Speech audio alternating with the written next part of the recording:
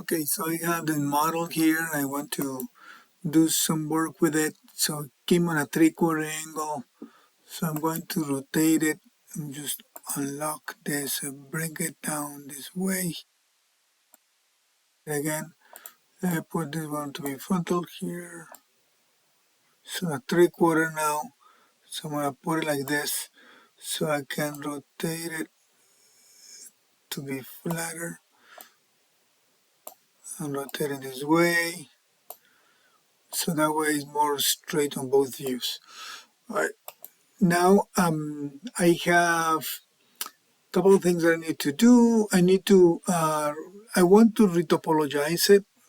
To do that, I could delete some of the things that need to be deleted. So I'm going to delete some of the fins. Try to see if I can do maybe at least the side ones and the bottom ones.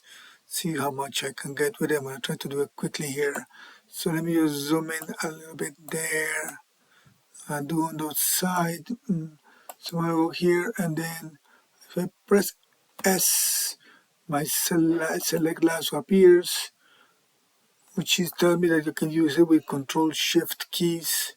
So I'm gonna say OK to that, and then I appear. So I'm actually going to zoom out and select what needs to be the way it is not selecting the other stuff. So I'm gonna Control Shift here with the lasso. I'm gonna select the whole thing except for the side fins. So they kind of get selected and hidden at the same time.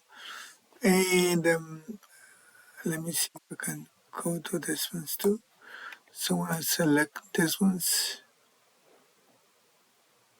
you can do them all at different times if you prefer, be more precise, work a bit better, a bit smaller, the rest. So you have now both hidden. I could do the top one if you want. Let me try to keep those for now. So here what I can do is I can go on their geometry, modify topology,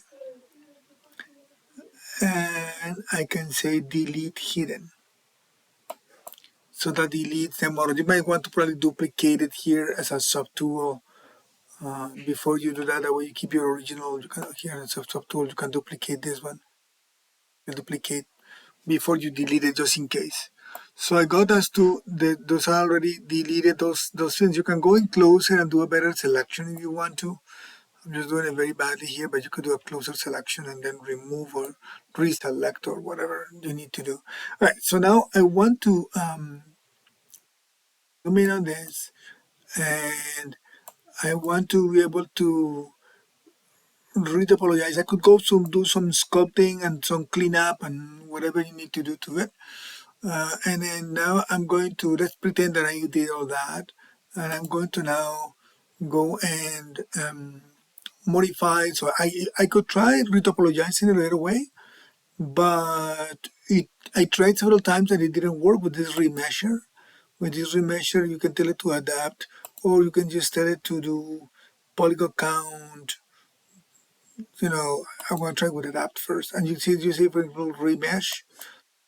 Me a message that says, okay, press escape to abort. It's doing it now. So that's giving it a count of 5. I think it's 5,000 polygons. That's what it did.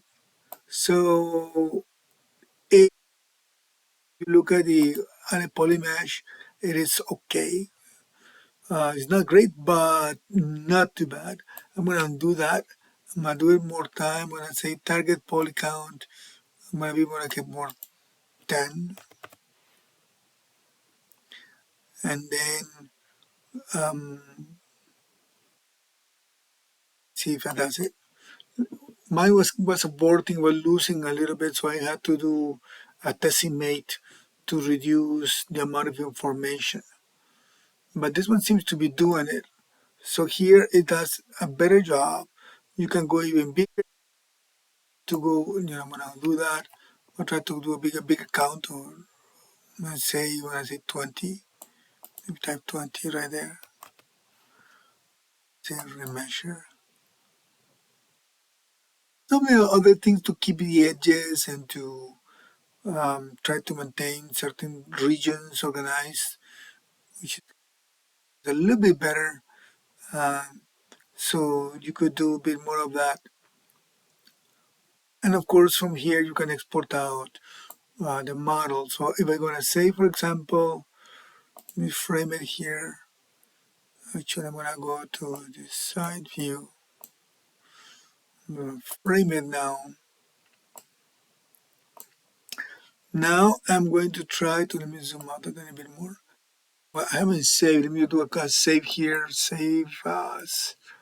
I'm going to save it as a version 3 because it, there you go. And then I'm going to here go and go to the bottom to the UV map. There are several versions there. I'm going to try UV map in planar mapping, so that we're going to be a straight projection on it. So I'm going to say UV map, and that apparently did it. So I'm going to go here to morph and see it. And it did this. So it can stretch that out. Honestly, I don't know why. I've done it a couple of times and I haven't been able to do it. But it is do it perfectly, but it is doing a planar map on both directions. So what it is, of course, if you paint from one side, it's going to apply the color on the other side if you paint it. But you could export out this model to Maya and then separate. This is the UV map flat. You can just go and select in Maya, select the UV maps, and separate them on both sides and maybe blend them together or connect them together. But it'll be a lot easier to do it that way. And with this model, you should be able to work the best you can.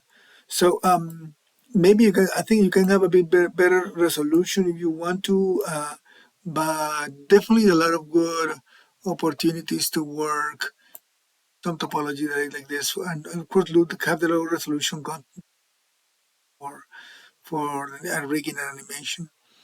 All right, I hope this helps you. I think that is going to be pretty functional. Add the rest of it in Maya. All right, good luck with it.